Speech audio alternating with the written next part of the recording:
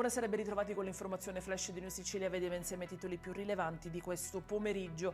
In apertura novità per lo stabilimento ST di Catania. La regione siciliana contribuirà con 300 milioni di euro al contratto di sviluppo per il rilancio dello stabilimento.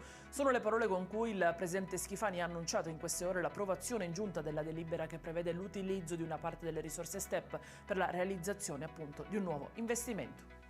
La politica con il passo indietro di Antonello Cracolici, deputato regionale del PD e presidente della Commissione Antimafia all'Ars, che ha deciso di rinunciare alla sua candidatura per il ruolo di segretario del PD in Sicilia.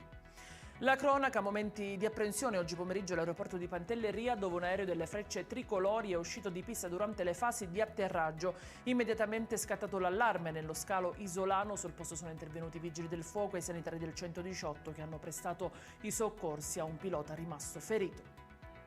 E salgono a 2 invece le vittime dell'incidente mortale avvenuto nella serata di ieri a Catania, precisamente nella zona dei 2 obelischi. Dopo il decesso sul colpo del 63enne Angelo Puglisi, si è spento all'ospedale Cannizzaro di Catania anche il 43enne Sebbi Romano.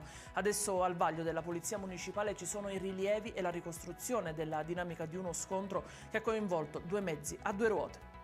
Il meteo in chiusura, giornata di sole domani in Sicilia, un peggioramento secondo gli esperti è previsto tra giovedì e venerdì con l'arrivo di una nuova perturbazione che porterà piogge, venti e un abbassamento delle temperature.